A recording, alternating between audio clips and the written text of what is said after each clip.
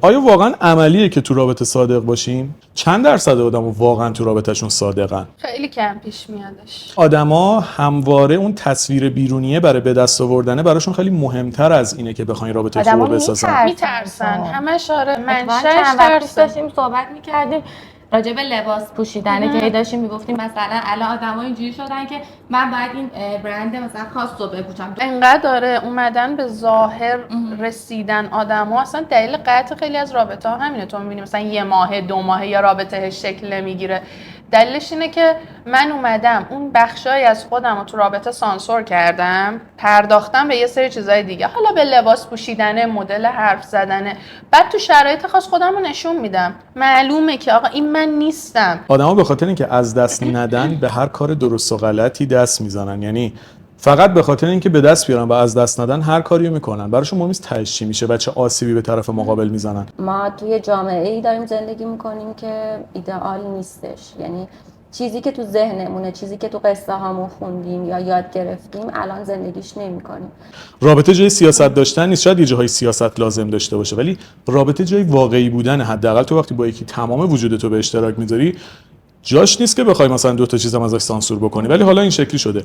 خودم رو گول میزنم وقتی وارد یه رابطه این میشم، دوست دارم همه چی رو درست کنم، حتی طرف اگه شبیه مدل من نباشه سعی میکنم تغییرش بدم، میگم خب درستش میکنم، اوکیش میکنم، همون چیزی که نمیشنوم، میدونم اون آدم تایپ من نیست، مدل من نیست، ولی چون وارد رابطه شدم میگم خب اینش ایراد داره، اینش ایراد داره، من خودم درستش میکنم. یعنی با خودمونم رو راست و صادق نیستیم، فکر میکنیم میتونیم بریم از اون آدم کسی که میخوایم رو بسازیم و این اتفاق در 90% مواقع نمیفته.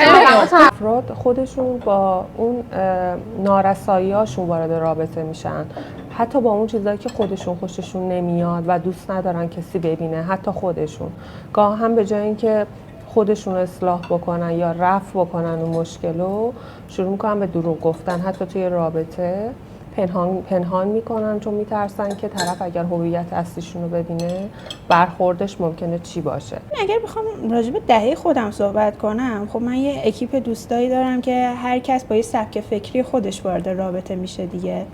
مثلا من یه دوست دارم که میگه نه فقط ازدواجی که معرفی بشیم به هم، ازدواجی که مام بابام تایید کنن. یکی دیگه میگه نه من باید با آدمای مختلفی بچرخم تا اون تایپ خودم رو پیدا کنم. هم تو جامعه آدمایی هستن که خودشونو هنوز نشناختن. این خیلی مهمه. پس بحثش اینجاست که فکر میکنم منظور اینه که دهه 80 بهتر از ماها خودشونو میشناسن. بله. شناخت بیشتری پیدا کردن. آره.